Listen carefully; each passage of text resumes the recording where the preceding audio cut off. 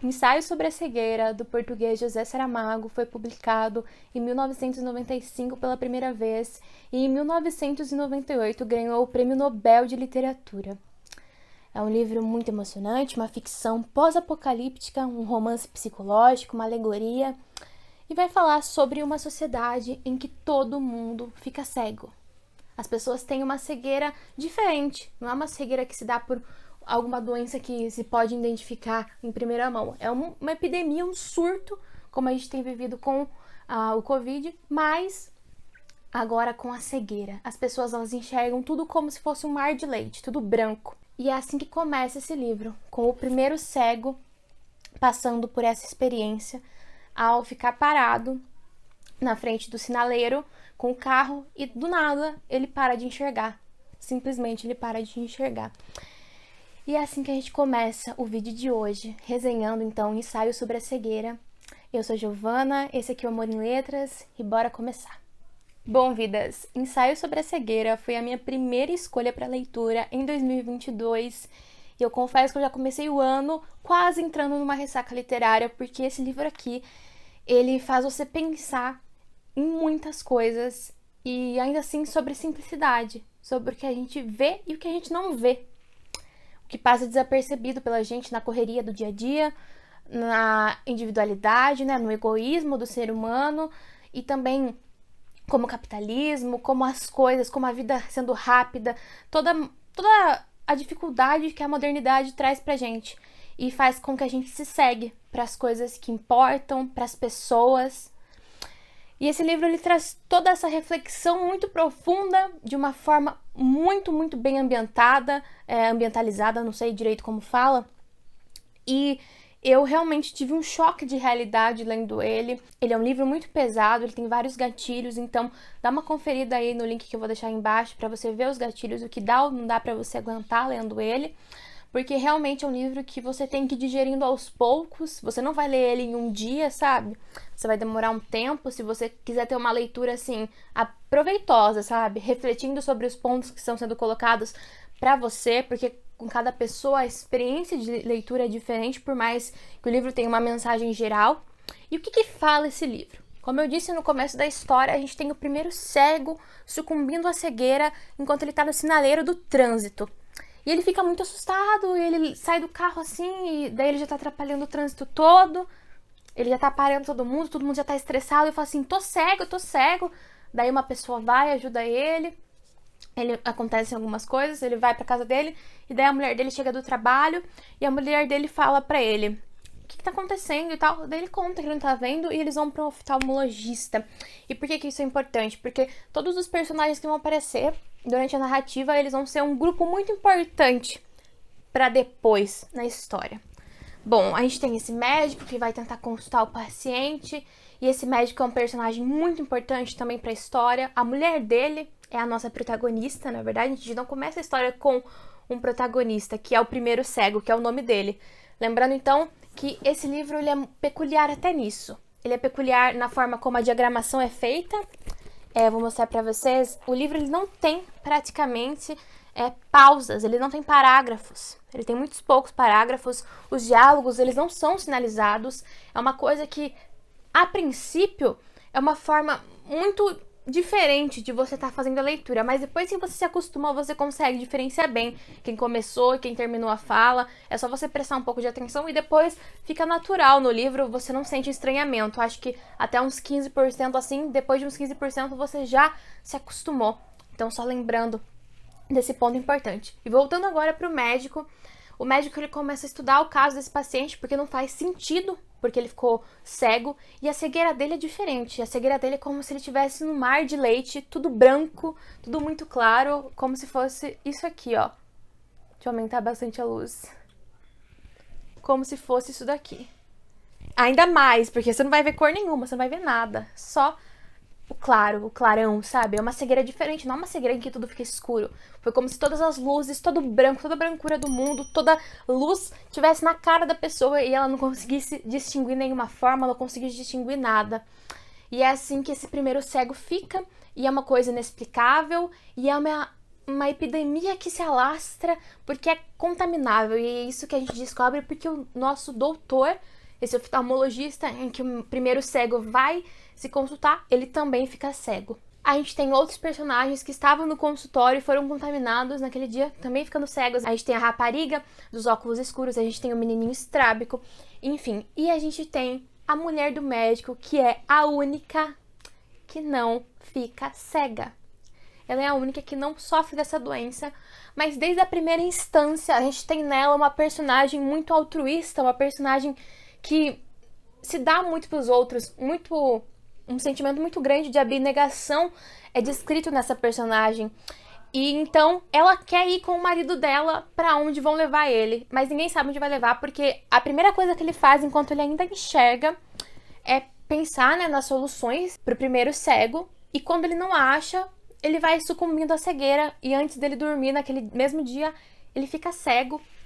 No outro dia ele acorda e ainda tá cego, então ele liga para as pessoas, ele liga para o Conselho Nacional, enfim, o governo já tá sabendo dessa situação e o governo ele toma uma atitude que é isolar essas pessoas, já que é por primeira instância algo que vai contaminar as pessoas. Então, o que a gente faz? A gente isola elas e não tem muito longe levar essas pessoas, então elas vão parar no manicômio que não era mais usado, um manicômio velho lá que tava lá faz tempo, e algumas poucas pessoas vão para lá. Um primeiro grupo, a princípio, é colocado lá e esse grupo ele perdura por um tempo durante a narrativa, com algumas modificações. E como é uma doença que ela se espalha muito fácil, a gente tem logo esse sanatório, esse manicômio sendo cada vez mais cheio, com mais pessoas. A gente tem câmaras, cada parte fica com um tipo de pessoas. Primeiro a gente tinha só os suspeitos, daí de um lado só os suspeitos, de outro lado só as pessoas que já estavam cegas. E a mulher do médico, ela é a única de todos esses personagens que ela não fica cega. Ela é a única que tem o poder da visão. E em Terra de Cego, quem tem um olho é rei. Então ela é uma personagem que, além dela ter um caráter excepcional, ser muito altruísta, ajudar muito os outros, ser muito perspicaz. Uma personagem que eu adorei, que eu gostei muito. Eu vi nela a encarnação de esperança, sabe? Então, essa personagem, durante toda a narrativa, ela não pensa só nela, sabe? Porque num momento como aquele, a gente tem que fechar nossos olhos, realmente. A gente tem que fechar nossos olhos e pensar: o que eu faria numa situação daquela? E o Saramago, ele traz isso pra gente. Ele traz essa reflexão. Os personagens, a todo momento, eles vão passando por situações em que a gente se coloca no lugar deles e a gente pensa assim: o que eu faria, sabe? Eu acho que toda a premissa da história do Saramago é isso, esse se. E se eu ficasse cego? E se o mundo de repente ficasse cego? E durante todo o enredo da história a gente tem várias coisas que vão acontecendo e vão piorando a situação desses cegos. O governo, ele é muito rígido, depois ele começa a ficar inadimplente. E daí, o que tá acontecendo lá fora ninguém sabe, não tenho contato com ninguém. E é muito triste e tem momentos de muito horror. E o ser humano, ele vai decaindo de uma forma imensa e as pessoas, elas começam a se comportar como animais mesmo. A prioridade delas não é mais manter as aparências. Ninguém tá nem aí pra isso, ninguém enxerga. E daí as pessoas, elas começam a se comportar como animais. É tudo na sujeira, eles vivem na sujeira. E eles se alimentam do que dá, e eles brigam, são selvagens. O instinto sexual também é muito aflorado nas pessoas. Então as pessoas, elas vivem realmente como animais, como bichos. E são poucas delas que permanecem com um pouco de lucidez, um pouco de esperança. E a mulher do médico, por enxergar aquilo, é muito difícil pra ela. Imagina você viver numa devastação e você conseguir enxergar isso. Porque as outras pessoas, elas estão lá, mas elas não estão vendo. E tem parte no livro que ela mesma, a protagonista, explica isso. E é tudo muito real, gente. É tudo muito sensitivo quando você tá lendo, sabe? Você sente muito o que eles estão sentindo. Por mais que seja difícil pra muitas pessoas criar esse cenário imaginativo, o Saramago, ele torna isso possível, sabe? Então é um livro que, poxa, vai dar muita angústia pra quem tá lendo. Vai dar muito o que pensar. E foi uma obra que eu falei assim: nossa, acertei demais na minha primeira leitura do ano. Porque é um livro que, assim, não é pra todo mundo. Não vai ser um livro que todo mundo vai gostar de ler, mas tem uma lição que ela precisa ser tirada desse livro, você precisa ler pra saber. Tem uma finalização muito legal, todo o caminhar do livro é muito bom. Eu gostei muito da forma como ele foi desenvolvido, como ele foi escrito. O Saramago, ele tem uma habilidade muito boa com as palavras, com os personagens. Esse negócio de não dar nome Pode aparecer no começo não proposital, mas depois a gente entende um pouco, sabe? E esse com certeza é um livro que ele vai ter que ser relido em algum momento por mim da minha vida daqui a um tempo, e eu com certeza vou tirar mais coisas, vou aproveitar mais dele, porque ele realmente é muito rico, muito maravilhoso. Essa caligrafia aqui que vocês estão vendo, ela foi feita pelo Chico Buarque, tá até escrito aqui atrás do livro. Eu gosto muito dessa edição da Companhia das Letras, e foi um livro que já marcou o meu começo de ano, que já me marcou e que me fez enxergar um pouco as coisas, enxergar a minha cegueira, sabe? Enxergar a cegueira do outro. E isso é muito triste, isso é muito preocupante, e a gente vê muito disso na sociedade atual, muito, muito, muito mesmo. Cegueira em todos os âmbitos mesmo que vocês pensarem. O quanto é importante a gente ter esperança nesses momentos de cegueira. E nossa, gente, o livro é simplesmente fenomenal. Gostei demais de ter lido, eu me emocionei, me encantei, gostei demais dos personagens retratados. A nossa protagonista, como eu já disse antes, ela é sensacional, ela é muito altruísta, ela é muito, ela simboliza muitas coisas boas, ela simboliza realmente a esperança. E por essa protagonista enxergar, ela tem uma percepção muito maior do que a de todo mundo, obviamente.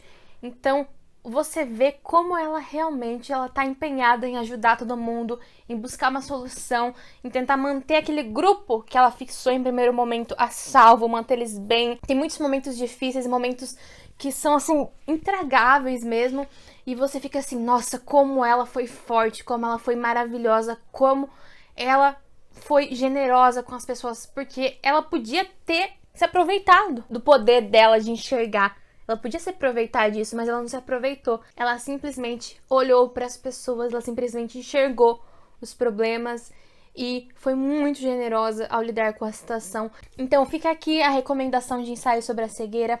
Eu não vou ler nenhum trecho da obra, mas ela em si, ela já é muito impactante, muito emocionante. Eu só vou ler a epígrafe do texto. Queria agradecer meu amigo Gabi, que ele me deu esse livro de presente de amigo livro. E já começa assim: se podes olhar, vê. Se podes ver, repara. Daí tem escrito embaixo o livro dos conselhos, que é de onde Saramago tirou. Gente, amei demais esse livro. Que escolha maravilhosa para 2022. Espero muito que vocês tenham gostado da minha resenha. Recomendo muito para vocês, mas vejam os gatilhos direitinho. E foi isso o vídeo de hoje, gente. Não esqueçam de me acompanhar lá no Instagram, dar um like se vocês gostaram e se inscreverem no canal se ainda não são inscritos. Um beijo e até o próximo vídeo.